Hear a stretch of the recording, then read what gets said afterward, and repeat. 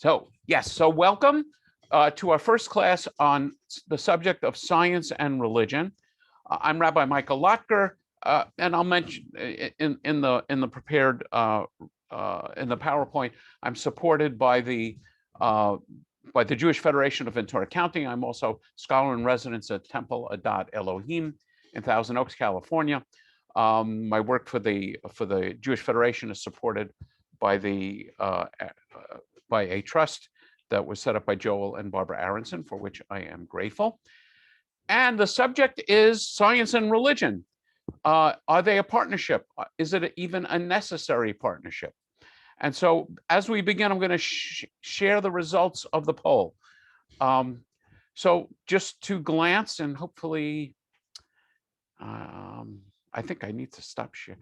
Okay, anyway, 85% of you are Jewish, 10% Christian, and about 5% other. The religious beliefs are 40% believing in God, 37% in a spiritual connection or higher power, 12% not sure, and 12% affirmatively stating that you're not a believer. In terms of science and religion, as you'll see, there are different models for the relationship between science and religion. No one is saying they are in conflict and I support religion. 13% say they're in conflict and I support science. 28%, they are independent, they address different things.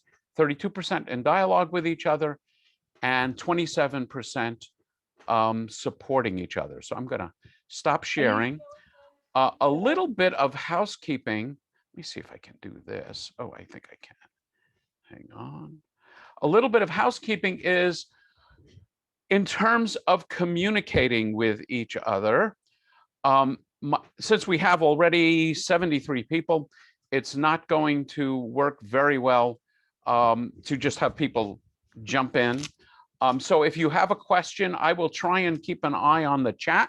And if someone raises a question that I think, particularly if it's like a question of clarification, that's important for me to answer right away, I will endeavor to answer it right away.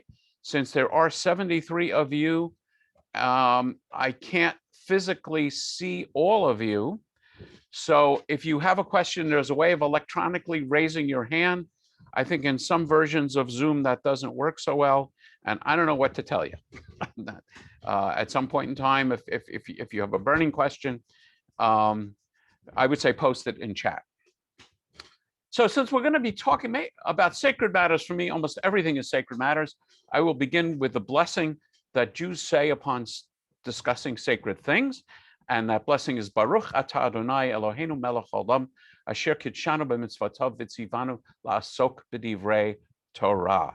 Blessed are you, Lord our God, ruler of everything, who makes us holy with commandments and commands us to occupy ourselves with sacred matters. And I am going to go to share screen. And I am hoping that you can see, whoops, I don't know what you see. What do you see? Now, somebody unmute because I lost. We see everybody else. Okay, hang on. Let me see if I can fix this. And a small speaker view. Okay. Okay. And now do you see the PowerPoint? Yes? Okay. Yes. Yeah, it's not in presentation mode. No, I'm going to put it in presentation. It's not in presentation mode. Is that better? Yeah, there you go. Okay, Yep, great. there you go. So it's all working? Thank you. Yep. That reinforces my faith in science. I don't know about you. And I have to tell you at times that also reinforces my faith in God as these things go. Okay. So the first thing I want to mention is, in addition to welcoming you, is there's a lot of material on my website, and I have redone the website. And so it looks different for those of you who have seen it before. And for one thing, it's a little easier to get to this kind of material. So when you log into the website, you will see this page, and there's a little selection there that says classes. When you jump down to classes, the very first thing at the top of the page will be this description of this class. And I will be posting the PowerPoint. I think that's the first selection there, a bibliography, which I need to update, the second selection, and then some significant quotes on science and religion. And then sometime either later tonight or tomorrow, I will post the video of this session. So overview of the class, it's sort of in 4 sections. And generally, I hope to cover section number 1 tonight, maybe sneak into section number 2, depending on how long it takes. So what's the nature of scientific and religious knowledge? Question number 2, is there a God? And I'm going to talk a lot about what I mean by that question. Is there a God? Section number 3, does God care? And then I'd say that's sort of the first half of our third discussion.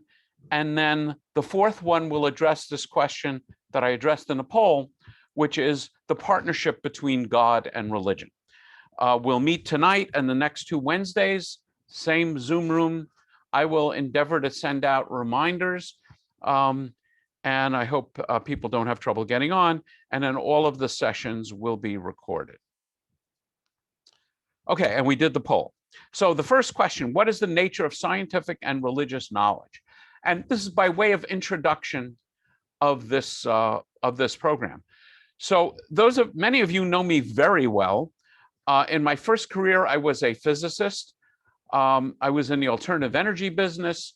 I was president of a company that put up several hundred windmills in Southern California and on the Big Island of Hawaii. In fact, there was a street named Lotger Lane among those windmills. It's unmarked and it's a dirt road. But if you put Lotger Lane in Google Maps, you will have crisp directions to get you there. Just don't expect a lot once you get there. I also worked for several Israeli companies in solar and geothermal energy and other alternative energy forms. So I was a physicist, and I am the beneficiary of something that my friend Richard Jackman coined a term. I don't know if the Jackmans are here with me this evening, called adult onset Judaism. That although I was born Jewish, I didn't really get into my Judaism, I would say, until my 30s. And people ask me a question about why, and I'll talk a little bit about this. But my late wife, who some of you knew very well, died from a genetic disease, Huntington's disease, which is a horrible disease. It's kind of the worst of Alzheimer's and Parkinson's rolled into one. She was in a nursing home for 12 years. And because this is a genetic disease, it hangs over my children. And in fact, I have one daughter who is in a nursing home at the moment. So this is a nightmare. And it struck me, it was clear to me that I needed more spiritual strength than I thought I could get on my own. And I remember thinking I had to make conscious decisions to make deposits into a spiritual strength bank, with the thought that at some point in time, I am going to need to make some serious withdrawals from the spiritual strength bank. So that's my personal journey. My intellectual journey is represented by some of the material you see in front of me. And there were 2 points that were made in a book by Dennis Prager and Joseph Telushkin called The 9 Questions People Ask About Judaism. And they made these points, which I think, for me, is intellectually compelling, not for everyone. So their point number 1 is, without God, there is no objective morality. The source of ethics. What is the source of ethics? Is the source of ethics popular opinion, or is there something beyond this? To put it bluntly, was Hitler, Stalin, Pol Pot wrong, or were they entitled to their own values? I always use this as an example. What Hitler did was perfectly legal. According to the laws of Nazi Germany, he was not violating the law by putting all these people to death. So the question is, was what he did wrong, even though it was legal? That's an important question for me. And so if it's not simply going to be a vote about ethics, then there has to be a higher source of ethics. And that's one of the things that I mean when I say the word God. and scripture. We're going to talk about both. In some ways, the next one is even more compelling for me. And that is, without God, there is no intrinsic meaning to life. Here's some paper, okay? Paper is an organic hydrocarbon. If I burn this paper, I get some energy, I get some water vapor, and I get some carbon dioxide, and the carbon in the paper will remain as an ash. If I burned one of my granddaughters, I would get some energy, I would get carbon dioxide, I would get water vapor, and I would get some ash. Chemically speaking, biochemically speaking, there's no difference. If the only perspective that I adopt on life and the universe is purely a scientific perspective, then, if I'm being honest with myself, there's no meaning to life, there is no meaning to the universe, as we will see a little bit tonight and far more next Wednesday night. We are the beneficiary of an astounding physics, biology, chemistry accident. And it's just an accident. If there's no organizer, if there's no planner, if there's no intelligence behind it, it's an accident. And while we may infer meaning to our lives, we're deluding ourselves. If you play a video game, you may really get caught up in a video game. But in reality, the video game is just a bunch of electrons zipping back and forth. There's no inherent meaning in that video game. Well, what is the world to me if I only take a scientific viewpoint? I hate to say it, but it's a bunch of electrons zipping back and forth. My eyes have optical receptors, and they stimulate nerves, and electrons flow. Same thing with my ears, and they flow a lot better now that I have hearing aids, and my eyes work a lot better now since I had cataract surgery. But it's all electrons. If the only view of this is scientific, there is no meaning. Now I want to emphasize what I mean by this. I can't prove that that's true. I just simply refuse to live my life as though it's true. As you will see, the kinds of things I'll be discussing, in many cases, they have some evidence from the world of physics, biology, chemistry. In many cases, I believe many of these decisions are simply a matter of personal will and personal choice. So just to read the bottom of the slide, I can't prove either of these. I simply refuse to live my life as though there's no absolute morality and there is no meaning to life. Okay, here we go. So I have lots of quotes. It turns out I'm not the first person to think about this question. And in my reading, I have come across some things that I think are brilliant and helpful. And so I'm going to read them from Will and Ariel Durant, renowned historians. There is no significant example in history before our time of a society successfully maintaining moral life without the aid of religion. And George Washington's farewell address: let us with caution indulge the supposition that morality can be maintained without religion. Reason and experience both forbid us to expect that national morality can prevail in exclusion of religious principle. By the way, I want to emphasize here, there are many religious people who are horribly immoral. There are no guarantees here, and there are many atheists who are wonderfully moral and wonderful people. This is not, I would say, absolutely prescriptive. What I think of is, what does it mean for society? So that's the question of morality and then meaning to life. I'm going to be quoting Albert Einstein a lot. My friend and colleague, Robert Piccioni, and I are both fans of quoting Einstein.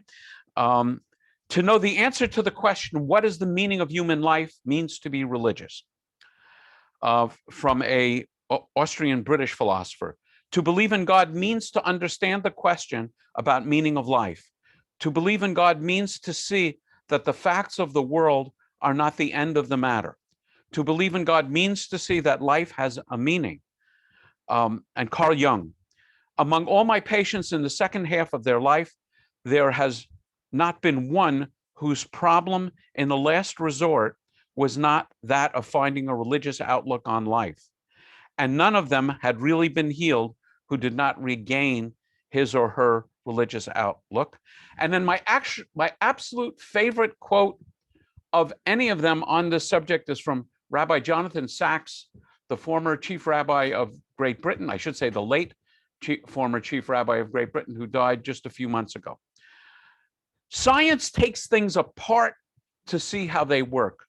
Religion puts things together to see what they mean. I'm going to repeat that. Science takes things apart to see how they work. Religion puts things together to see what they mean.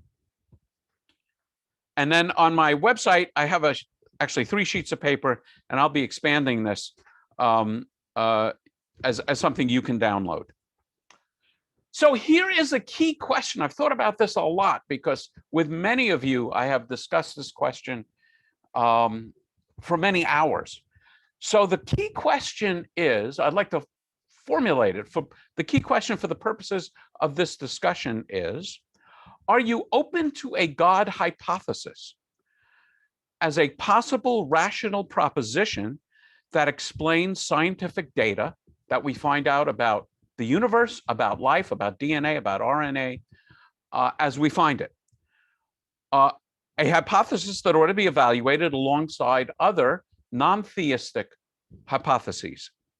Or do you a priori, do you at the beginning reject the possibility that a God hypothesis even ought to be worthy of considering?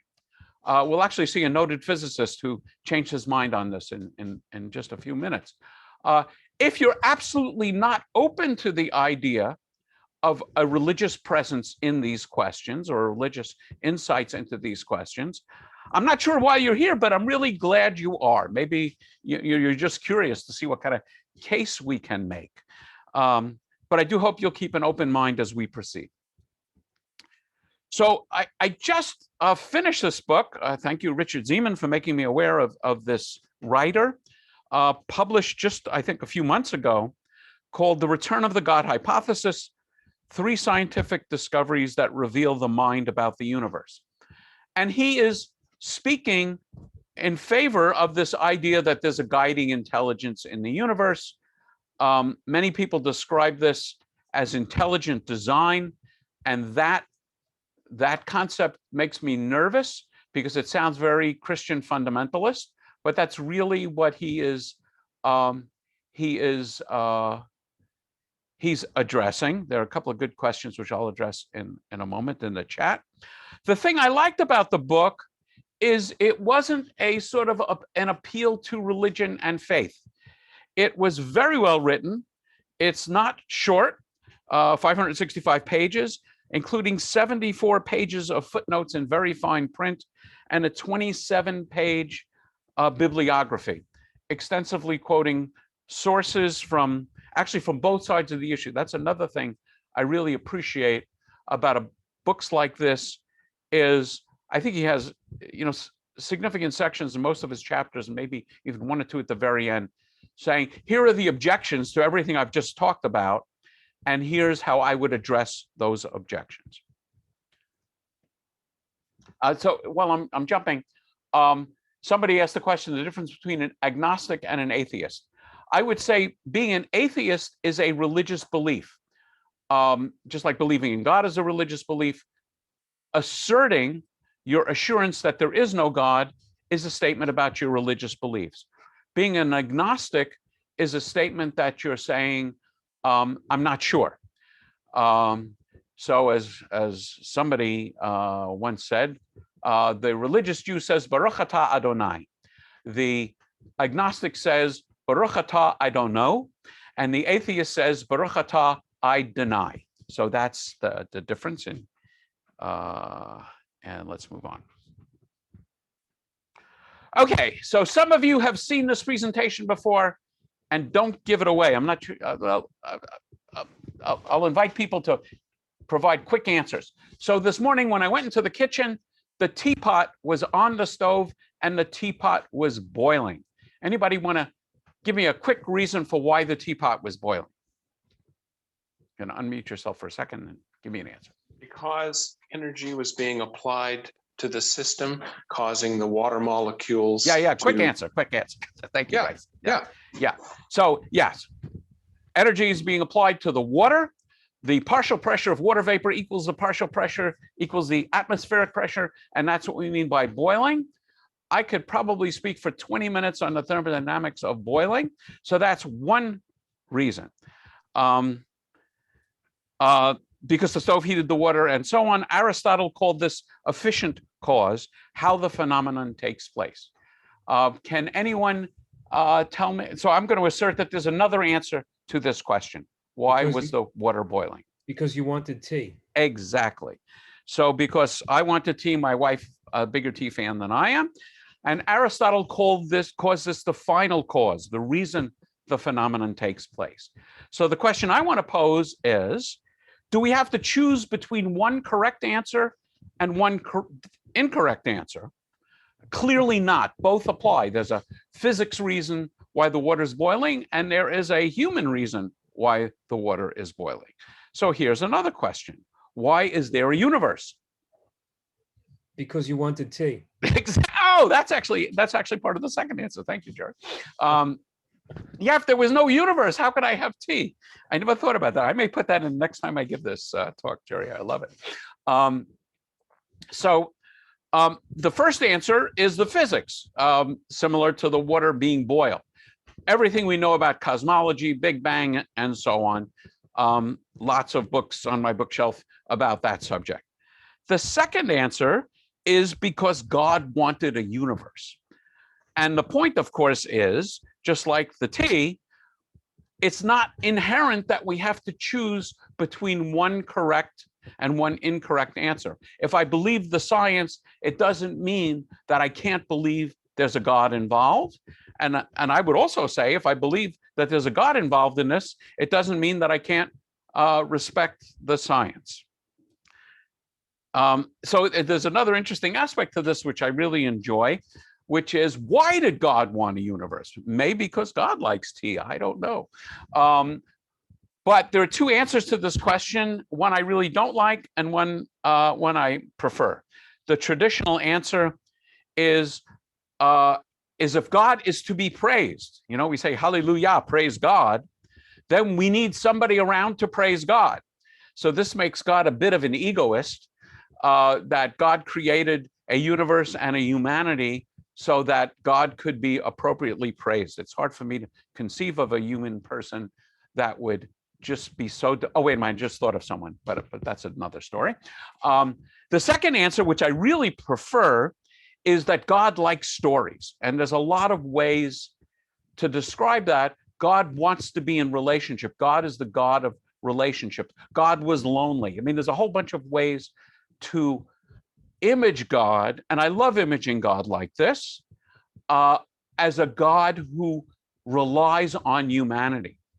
And in fact, although I'm not going to get into Kabbalah in any great detail, but what, for me, one of the most amazing insights of Kabbalah is the idea that God can't do it alone in terms of making the world a better and better place. God actually needs us. Yeah, maybe humanity entertains him, Truman Show, and so on, possible. Oh, so this is another one. I could have put up a poll on this. In the Talmud, there is a debate that goes on. The Talmud reports that it lasted for 2.5 years. And the debate was whether it would have been better if humanity had not been created. So I can see a bunch of you. So just raise your hands. How many of you think it would be better if humanity was not created? Raise your hands. Okay. How many of you think it was better that humanity was created? So I'd say majority is there. And you may then therefore be, so, whoa, I didn't have that. Oh, okay. The answer is they voted that it would have been better if humanity had not been created. But since we're here, we need to do our best. So Julie Kirsch, you have your virtual hand up. No, I was answering the question. Oh, okay, okay. Thank you. Thank you for your virtual vote. Bryce, you're muted. You're muted. Going 3 times. Bryce, you're muted. Bryce. Bryce, unmute. Sorry, Okay, I okay. kept clicking it, but nothing happened. So the third answer would be, why, what about, is it good that humanity came along? Yeah, so, well, the Without rabbis being of the Talmud created. had no issue with God creating humanity.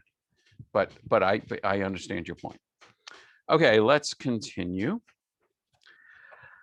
So I want to talk about the difference between knowledge and faith. And I am going to endeavor, well, I'm not going to worry about it. Okay, knowledge and faith. Different words in English and different words in Hebrew. Knowledge is da'at.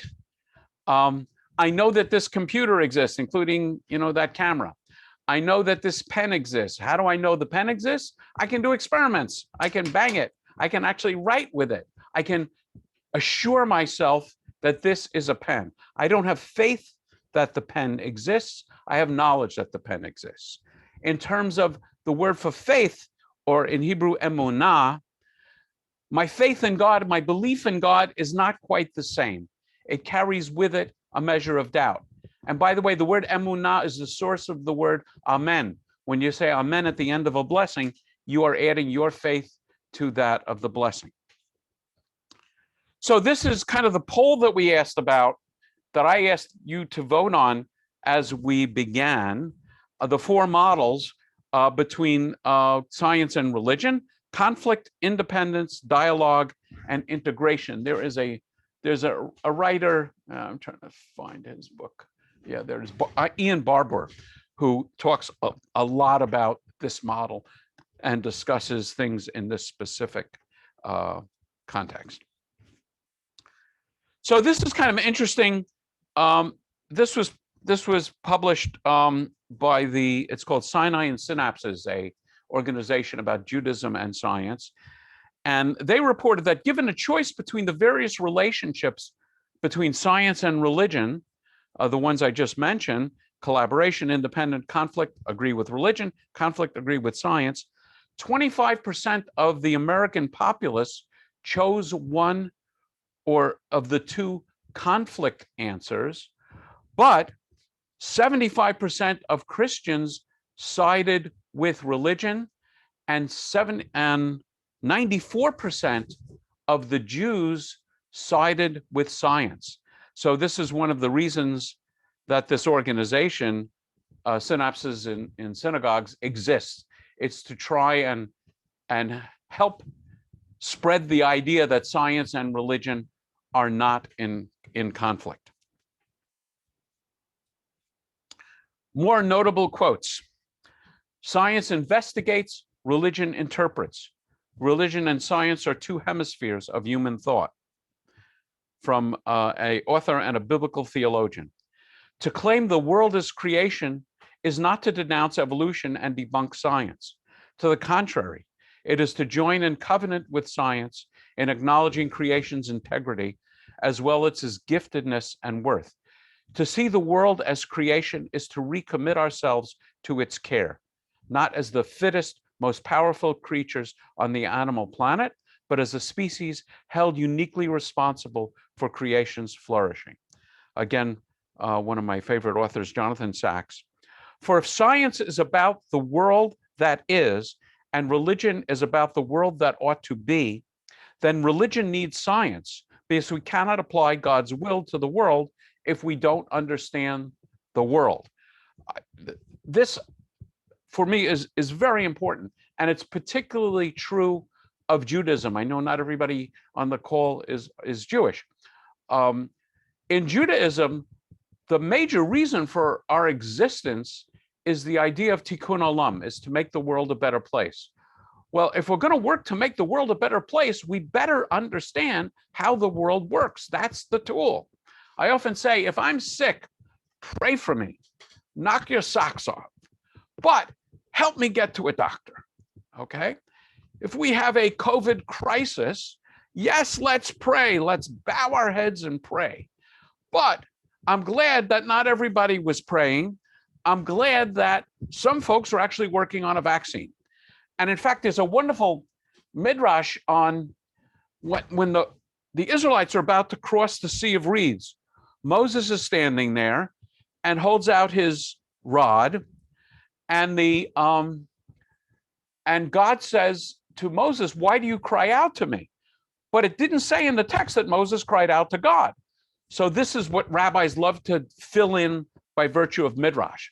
And so what the rabbis say is, Moses was praying and praying and praying and praying, and God says, enough with the praying already. There's a time to pray and there's a time to act. And this is the time to act. Those Egyptians aren't going to stop themselves. I've opened, and then once Moses holds out his rod, and one guy actually jumps in the water, Nachshon ben Aminadav, that's when things start to happen.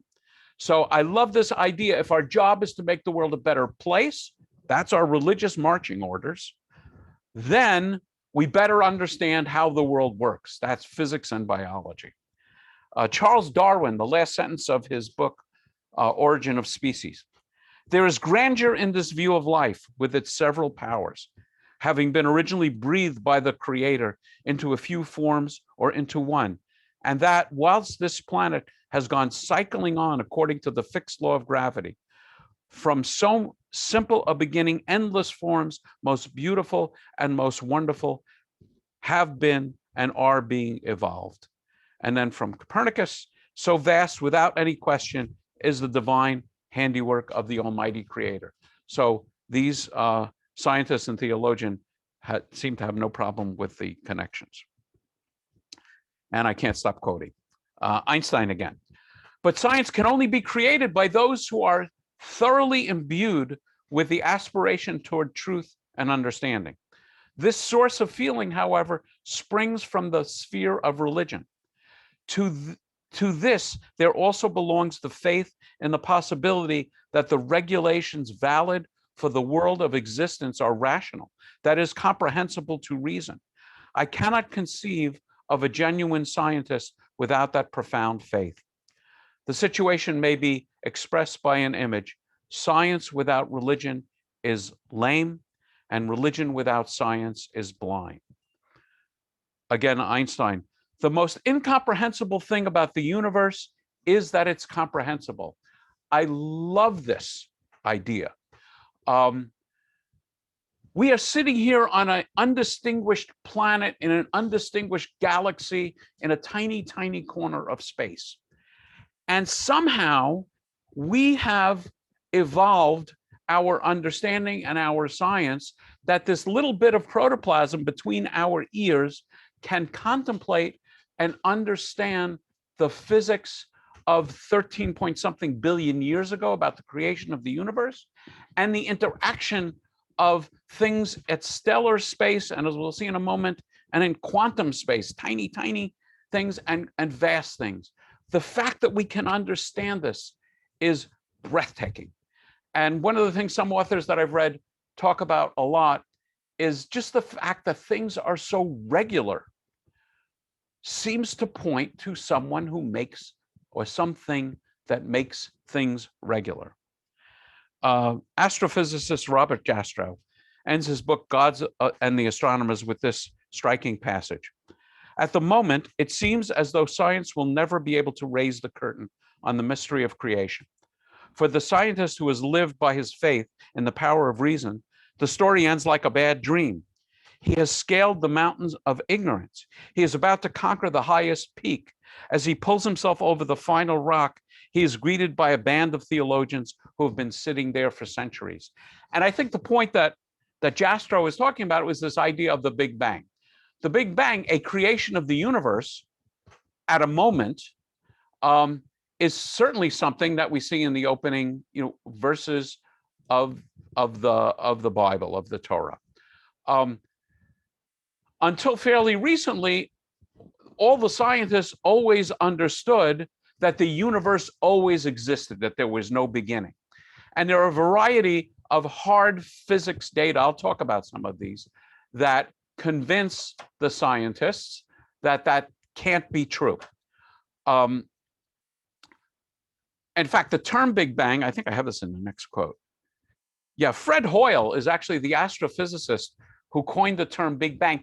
He coined it derisively. He coined it as a way of mocking the idea that the universe began with an event like this. And you can see his sort of mocking style in his first quote, which was early in his career. Religion is but a desperate attempt to find an escape from the truly dreadful situation in which we find ourselves. No wonder then that many people feel the need for some belief that gives them a sense of security. And no wonder that they become very angry with people like me who say that this is illusory. And then after his work in basically affirming the idea of the Big Bang and the fine-tuning of the universe, I think basically with the cosmic microwave radiation, he writes, a common sense interpretation of the facts suggests that a super intellect has monkeyed with the physics, as well as with chemistry and biology, and that there are no blind forces worth speaking about in nature. The numbers one calculates from the facts seem to me so overwhelming as to put this conclusion beyond question.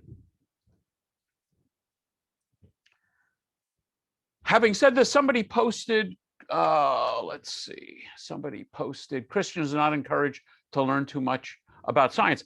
That's certainly not true of the Catholic Church. In fact, the current Pope is a chemical engineer. And but as I often say, there are 43,000 different movements in Christianity, and some of them I would agree with you would not pursue this. But I am very happy to say with that in Judaism, we have a built-in respect of scientific and secular knowledge. And you may not know this, but there are hundreds of different blessings. There is a particular blessing that you are to say when you meet a Torah scholar, and a different blessing when you meet a secular scholar. The secular scholar blessing is Baruch atah Adonai Eloheinu melech haolam, shenatan b'chokmato levasar v'dam. Blessed are you, Adonai, our God, ruler of the universe, who has given of his knowledge to human beings.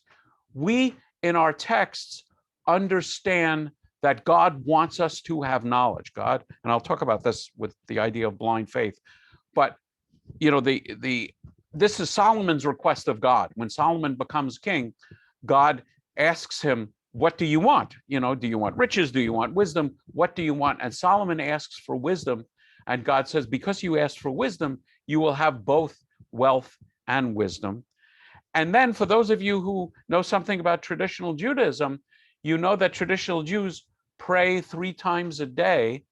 And one of those prayers on weekdays, not on Shabbat, but on weekdays, is a prayer for wisdom. Okay, so I want to address the question of doubt. The question is doubt okay, or are we supposed to have perfect faith? I believe Judaism teaches that doubt is okay, and I believe this for a couple of reasons. Well, for one thing, the Bible seems to recognize that doubt is part of our nature. So I call this the lesson of the generation of Exodus. So imagine you're one of the Israelites who gets freed during the time of Pharaoh. So what have you seen of God? Well, you saw 10 plagues, right? All the water gets turned into blood. The darkness during the daytime, but only in the Egyptian neighborhoods. Egyptians breaking out in boils, fire and hail from the heavens, swarms of locusts, and all this happening right on Moses's cue. Remember, I'm not even questioning whether these stories are true. My question is, or my point is, that these are our foundational myths, and they point to doubt.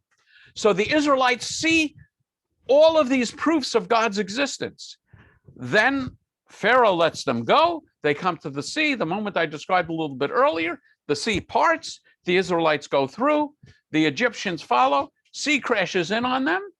Pretty good miracle, yes? Then they're on the other side and they're starting to get hungry. Well, guess what? Manna from heaven, water from Miriam's well. This is pretty impressive. In an encampment at Sinai, Moses says, I'm going up to Mount Sinai. I'll be back in 40 days. And the rabbis say that the people weren't certain whether that meant Moses would be back on the 40th day or on the 41st day. So while he's up there, the Israelites make a golden calf, and Moses' brother Aaron, the high priest, for crying out loud, worships the golden calf and leads the people in worship of this calf, saying, this is the God that brought us out of Egypt. So the question is, if those folks can't have perfect faith, having seen all these miracles, how much more difficult is it for us to have perfect faith?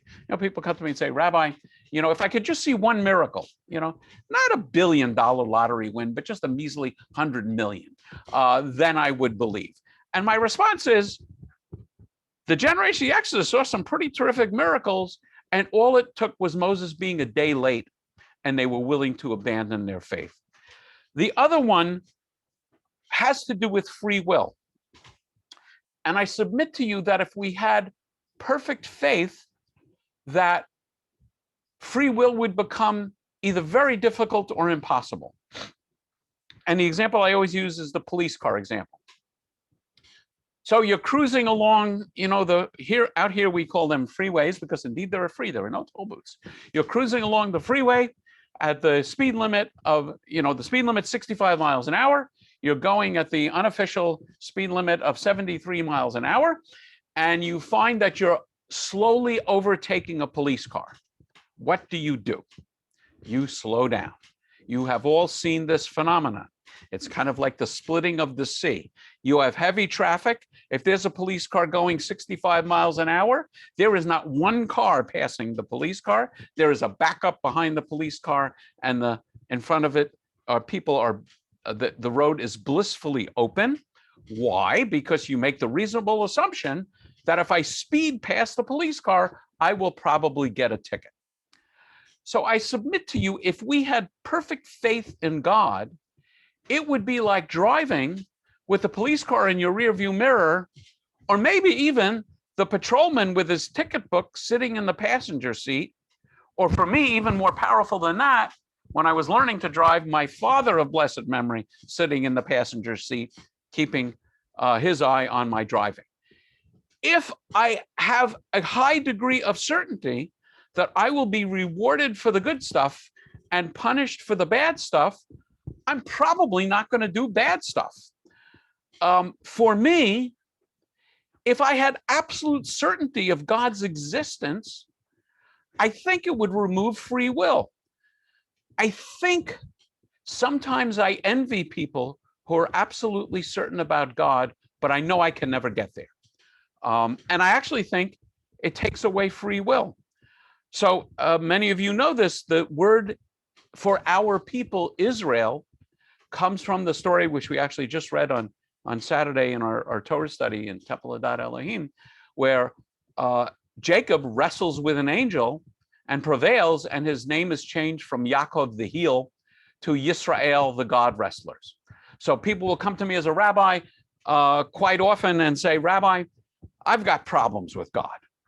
How could God allow this to happen to my loved one? How could God allow this to happen to me? How could God allow this to happen to our nation, to our planet, and so on and so on? And my response is, you got problems with God? And they say, yeah. I said, welcome to the club. And the name of our club is Israel. The name of our club is Yisrael. We are the people who wrestle with God. I always find it interesting in my interfaith work, and I'm very active in interfaith things, that Judaism and Islam are actually much closer to each other than either is to Christianity. But the word Islam means one who submits to God rather than one who wrestles with God. And Bryce, you're asking the question, why is free will so important? I know we believe it's important, but why would God care? I would say that's one of the definitional elements. Actually, that's the subject of the third week. I believe this is giving it away a little bit. There are two leaps of faith. Leap of faith number one, is there a God and organizing intelligence in the universe? Lots of evidence for that. Leap of faith number two, does God care? As you just raised the question, that I believe is a leap of faith. I don't believe, I have a bit of evidence, but I haven't been convinced, I haven't been able to convince anyone of this evidence. But it is a very good and very important question. So we will start discussing tonight, and we'll continue next time, the question of, is the universe the result of God or simply a scientific phenomenon? Why am I so interested in this? And I started talking about this earlier. First of all, I was a physicist. I'm pretty sure I still am a physicist. I always joke they haven't come and recalled my slide rule. And I still very much think like a physicist. This actually isn't always a good thing, I can assure you. And then discovering my depth of interest in Judaism, tragedy in my life, and tragedy is a part of every person's life. I often quote what I think is the most insightful comment I've ever heard about life. And it's quoting Helen Telushkin of blessed memory, Rabbi Joseph Telushkin's mother, who once said, the only people that I know who are perfectly happy without any serious problems are people I don't know very well. And if you think about it, you meet people, at the proverbial cocktail party, and how are you? Great. How are the kids? Great. How's work? Great. Everything is great. This person over there, how come everything is great in her life and my life has so many problems? The answer is, if you get to know anyone on any level of depth, you realize that there is no one whose life has escaped serious problems. Or as Mrs. Telushkin put it, the only people I know without serious problems are people I don't know very well. Now, why that's true, that's a deep theological question, which we will also address in this discussion. So, once again, the two reasons to act and live as though there is a God, these are not reasons or even arguments for the existence of God. These are reasons to live as though there is a God in spite of your doubts. Some of the rabbis I most admire, I think Abraham Joshua Heschel, speaks not of deep faith in God, but of moments of transcendence. I'm involved in a scriptural study group with two Christians and a Hindu, and we talked about this, and we talk about just moments of certainty. There are moments in my life when I absolutely feel the presence of God, and I feel I am connected with God deeply, and those moments vanish. And what is sustaining is the memory of those moments. And I would say that's what Rabbi Heschel talks about. So these are reasons to live as though you believe in God, notwithstanding your doubts. There are problems on both sides of this discussion. Those who reject God must explain away all of the evidence for God and the basis for living an ethical life. We will get into a little bit of the evidence tonight, much more next week. But those of us who accept the idea of God have an equally daunting, maybe even more daunting task, and that is to explain the basis for evil and tragedy in the world. And I will address both areas. So getting back again to this idea that I introduced in response to Bryce's point, I believe that there are two leaps of faith, and I believe they are separate leaps of faith. Leap of faith number one, is there a God? And by God, I mean an intelligence behind the creation of the universe. That's leap of faith number one. That one we can investigate scientifically. Leap of faith number two is, does God care? And to put it simply, and maybe even, silly, does God care whether I have turkey or ham for dinner tonight, namely kosher food or unkosher food? Does God care whether I care for or torture babies? In either case, we have this concept of a God who not only organizes the physics behind the universe and the biochemistry behind life, but a God who is intimately connected with our lives. And I would say, for me, leap of faith number 2 is really a leap of faith without a huge amount of what I would call scientific evidence. So I think what I'm going to do is pause for a moment. I'll pause the screen sharing because I'm into section number 2, and I don't mind going on a little bit longer. Hang on, let me get my screen organized a little bit. Whoops. Oh, okay. Sorry. Okay. So I want to open the floor. There are, gosh, there's 78 of you out there to see if there are questions that you want to raise. And you can put them in the chat. You can raise your hand, or you can just unmute yourself and ask. Rabbi? Yes. Hi. Does your police car example depend on whether or not God is a punishing God in any way, shape, or form? Or do you think it works if God is a completely compassionate, benevolent God? Oh, I can't so I would say absolutely. It is a God who rewards good deed and punishes bad deeds. And I would say Judaism absolutely speaks about the balance of God, and talks about it in many ways. And, in even, I think I even talk about this in one of the slides, understands that the idea of Elohim refers to the judging God, and Adonai, or Yud-He Vav-He, refers to the compassionate element of God. And in fact, the rabbis ask a question: does God pray? Oh, I ought to ask you if you think God prays. They raise in the Talmud the question: does God pray? And no big surprise, the rabbis who love to pray are, of course, going to conclude that God prays. And so then they ask, what is God's prayer? So, and they report that God's prayer is, may it be my will. I love that opening phrase. May it be my will that my aspect of compassion and mercy overwhelm my aspect of justice. Bryce. Yeah, so Rabbi? Hold on a second. First, Bryce, and then Rebecca. Go ahead. yeah, so I just had a question. I realize this has been an issue throughout human history, but why just the one God? Okay, I mean, I know that there is a drive for this, all right, and it happens to be a tenet, but at the same time, why just one God? Why can't you have a committee? Yes. So actually, the Bible talks about a committee. I think the 82nd Psalm talks about God convening the committee, and you can read it. So before Judaism, although there was one pharaoh who adopted the idea of one God, you had this concept of many gods. In fact, the idea was basically you had a national God. Each nation had a God who would fight for it. And then in other traditions, you would have a panoply of gods. So you'd have the God of fertility, and you'd have the God of rain, and you'd have so on. And in fact, there are still religions like Hinduism that speaks about many gods, but at least the Hindu scholar that I talk to say these are manifestations of the one God.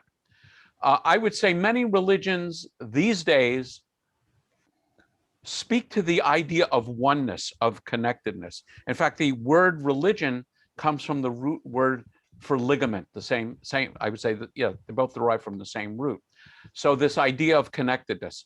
For me, the significance of having one God is I don't have to decide which one to listen to, and we don't get into the situation which you see in Roman mythology and Greek mythology of gods fighting with each other, of gods raping and stealing and so on. So Judaism invents an idea which is powerful in two ways.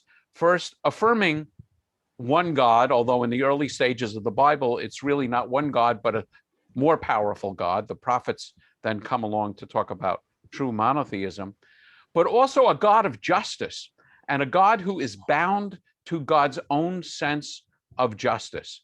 And I would say that's a powerful idea. Rebecca, I think I heard you chiming in with a question. Yes. Back again to the police car. Mhm. why do we need the police car to behave according to the laws? I don't need the police car. If we have intrinsically conscience to do the right thing, and we have learned it Yes. So let from me our ask, parents and from our religion, from following the laws of the Torah, then we don't need the police car. so let me ask you a question. Is it Okay. your experience in the world that people naturally obey laws and don't need law enforcement? No. it That's is why we not. need the police car. And that's my question. Why do we need the police car? That's the answer to your question, because real people in the world don't voluntarily obey the laws. I think what she means is, why did God make it so that we would need a police car? Ah, okay, We thank had you. the- No, Yeah, no, that's that's not not what what you- I mean. I Okay. leave God out of it. Okay, Let's Okay. leave God out of this. okay. So I would say Okay. if we were We are perfect, civilized people and we have laws. right, And- Okay. We are a society of laws. yes. This. Then why don't we follow the laws? There's something So- missing somewhere. Okay, so let me put on my science hat for a moment. And Okay. I would say the reason we don't follow the laws is literally built into our DNA, into our biological structure. I would say we are the product of evolution, which rewards people who grab things out of other people's hands. Those are the ones who eat. The guy that's faster and stronger survives, whereas his weaker cousin doesn't survive. Yes. The woman who is able to produce more babies spreads her genes more than a woman who, for whatever reason, is not able to produce more babies. And so I believe we have literally built into our DNA this idea of, I'm going to go and get mine. And the question is not so much what's right and what the law is. The question is, will I get caught and will I get punished? So we have not evolved enough then to I'm be. sorry? Yes, We I have agree with not you. Yes, evolved yes, I agree with you. sufficiently. Yes, I agree with you. Dennis Prager once talked about a TV show he put on, this was quite a while ago, where he was interviewing young people, like junior high school age children. And there were a bunch of them on the stage with him, and he was asking them questions.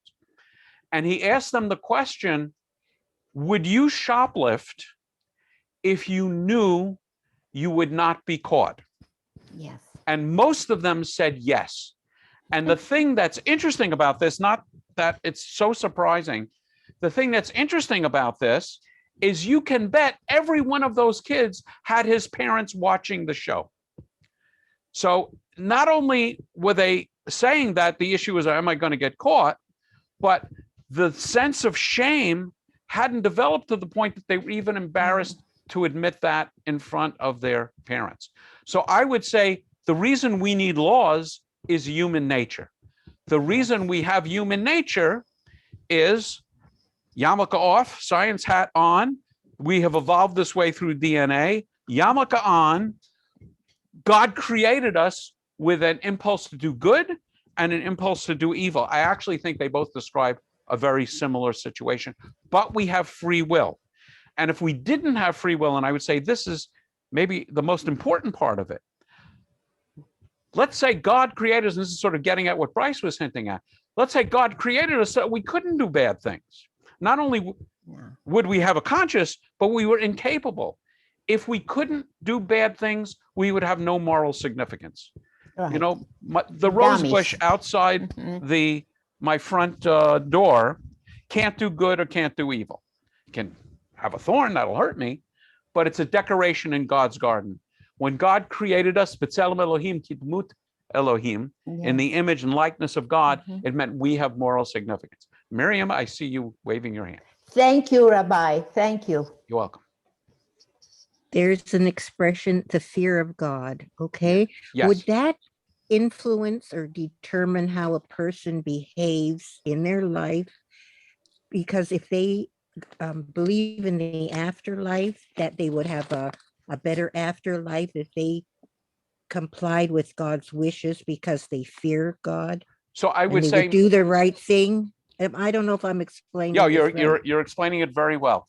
Let me comment first to the essence of your question. There are religions that emphasize that you should obey God due to the fear of punishment, namely the fear of suffering, eternal damnation. Judaism teaches, well, in Hebrew, I'm a big emphasis, I have a big focus on reading in the original. When you read in translation, fear of God or fear of heaven, the word that's translated as fear is yirah. And yirah, I think of as 2/3 awe, 1/3 fear.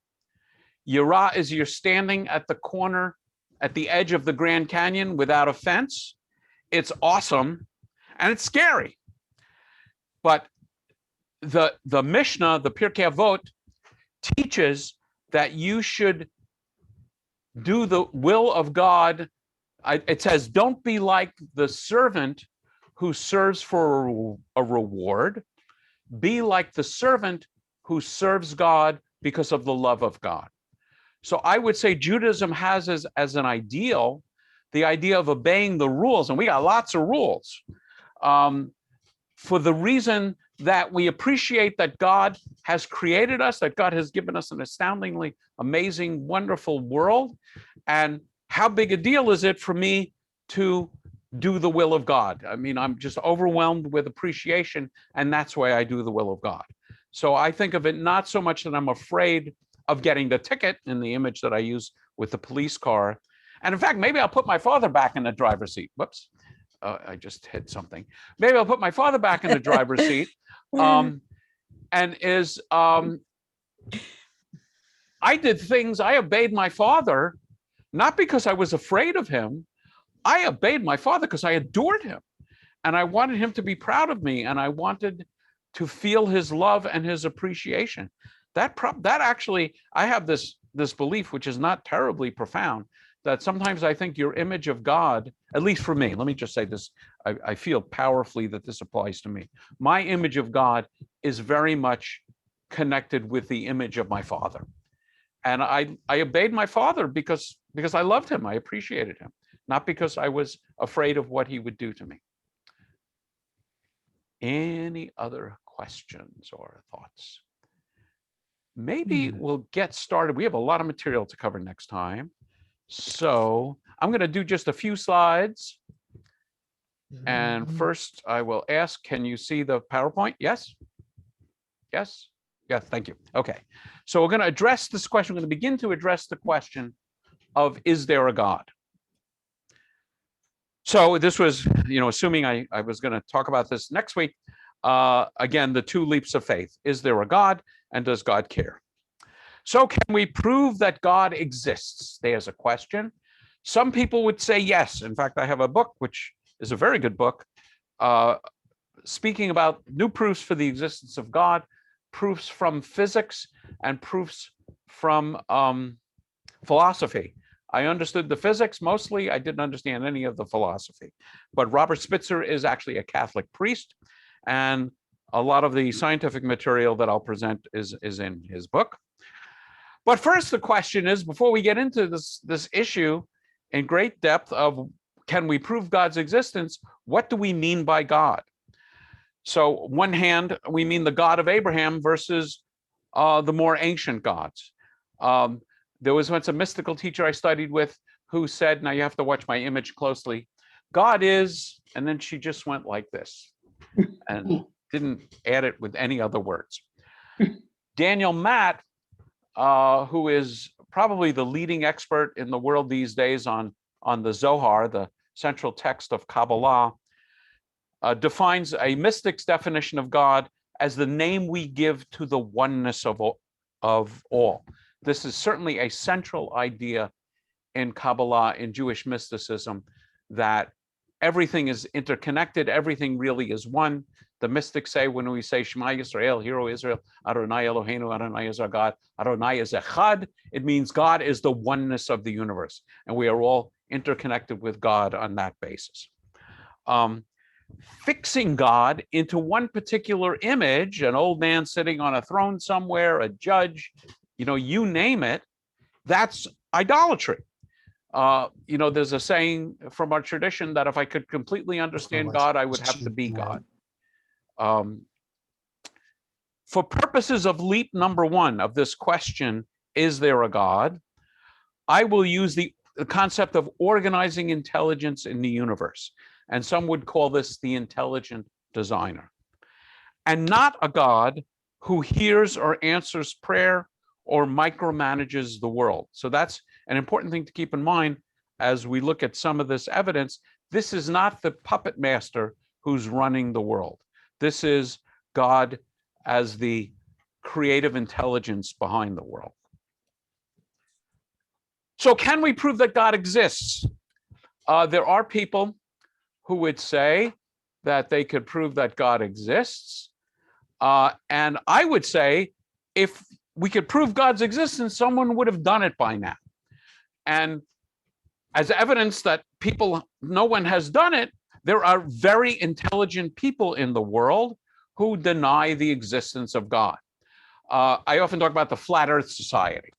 No seriously intelligent person believes that the earth is really flat. I know there's a Flat Earth Society, but even they don't take themselves seriously. But there are intelligent people who deny the existence of God.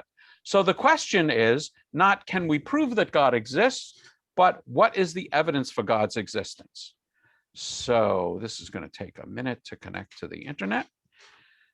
So, and again, quoting this idea about the universe, that the most incomprehensible idea about the universe is that it's comprehensible.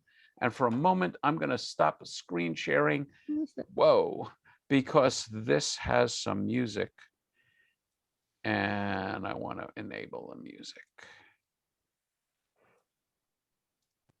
Okay, so you see it again? Yes?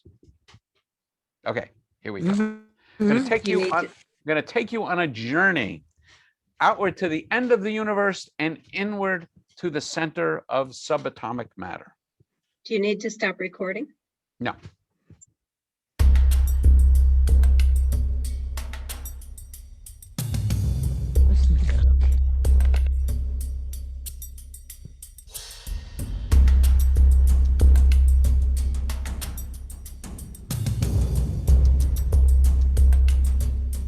If you notice, we're going out by a factor of 10 every few seconds.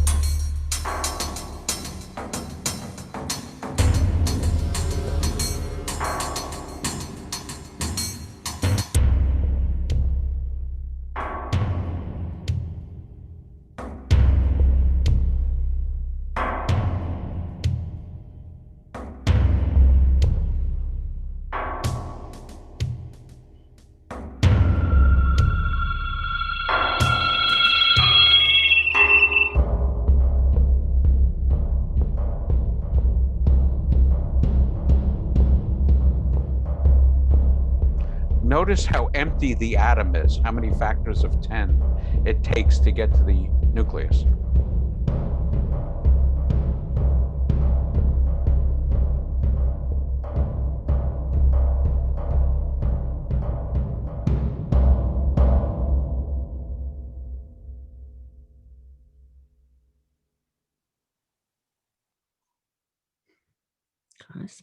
So that I would describe as yirah. I would describe that as awesome. It's a little scary going out and going in too. So the question then becomes, is that simply a cosmic accident? And as my friend Bob Piccioni can describe, we can actually analyze the physics and the mathematics behind the likelihood that this is an accident. And for a lot of my material, I will rely on my friend there, who I'm delighted to say is in the room with us, and then some other material that I found through other sources. I am going to stop the sharing and invite closing comments. And Bryce, sorry. Whoa. You're muted, Bryce. That's what comes of trying to be polite. So this idea that we can somehow analyze through mathematics, the likelihood that the universe would be the way it is, unfortunately, is not true.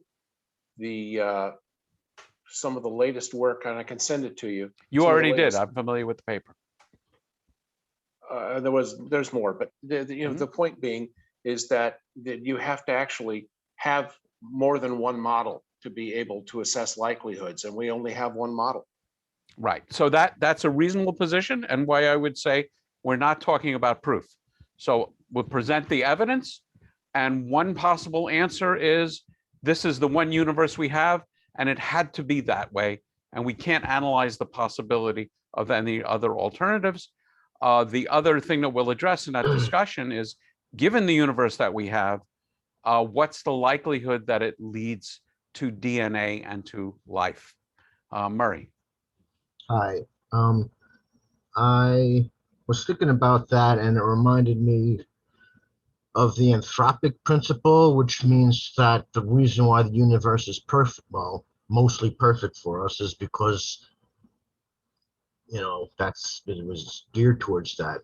Any other thing, we would have been hit by an asteroid already, or some other infection, like a pandemic.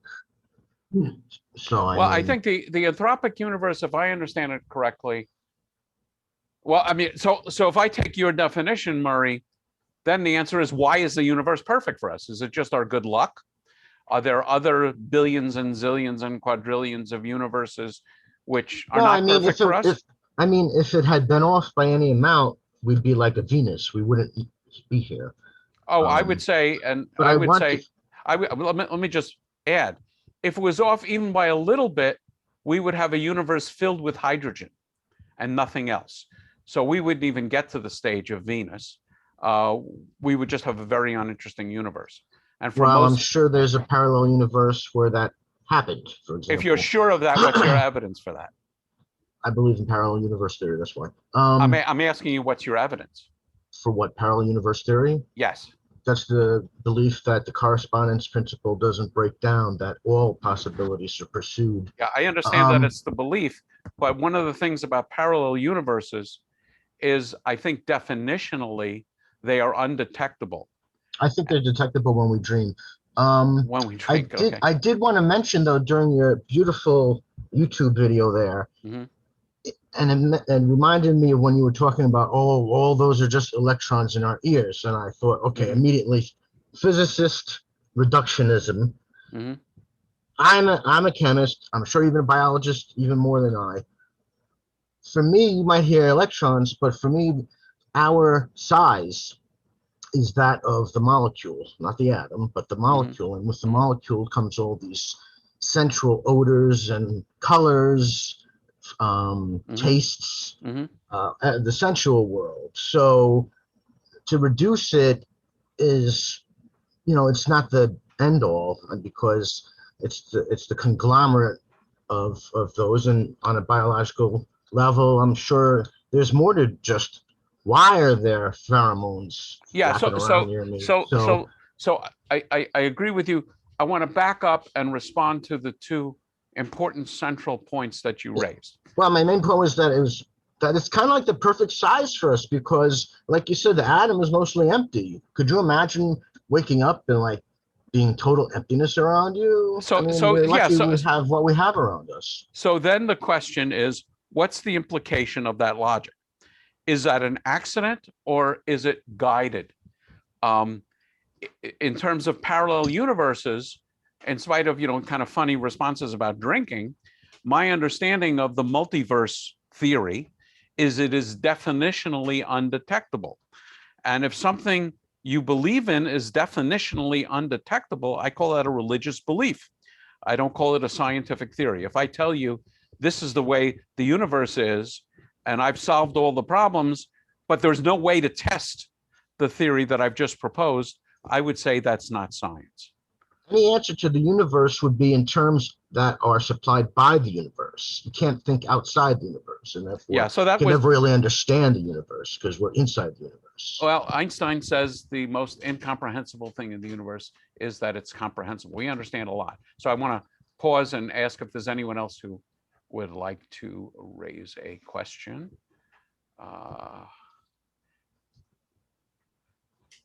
Okay, so hearing none, I want to thank you all for coming.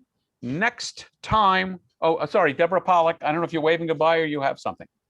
You're muted no matter what you're doing. I'm just waving goodbye. Okay, yes, you're allowed to wave goodbye. Thank you. I appreciate your wave and I return your wave. So we'll see you next week. Next week, we're really going to focus on the scientific evidence for an organizing intelligence. And I'm pretty sure that virtually all of my slides are on my website. So if you want to peek ahead at some of the scientific evidence, there's no penalty for reading ahead. And I look forward to seeing you next week. And, no penalty. And at one point we had about 80 people, so I'm delighted that you're here. Gigi, I don't know if you're waving electronically or you have something. No, I had a quick question. Yeah. I was fascinated by the video and the photographs. How much of that is artistic and how much of that is photograph and how much of that can we really see by microscope or by telescope? Oh, I would say it's mostly artistic. I mean, it's that's what I thought. In your memory and mine, we got to view the entire world, from the orbit of the moon. That was a first. I got the sense they were trying to be very accurate, though. Yes, they were being accurate. How do you draw, an electron? So it's definitely an artist concept. But the thing I liked was it gives you a sense of the scale of what's going on. And for me amazing. Also, yeah. Rabbi Mike, yes, I just wanted to say thank you for an outstanding lecture. Oh my God, it was wonderful. It was great seeing you. Thank you. Thank you. I'm going to stop.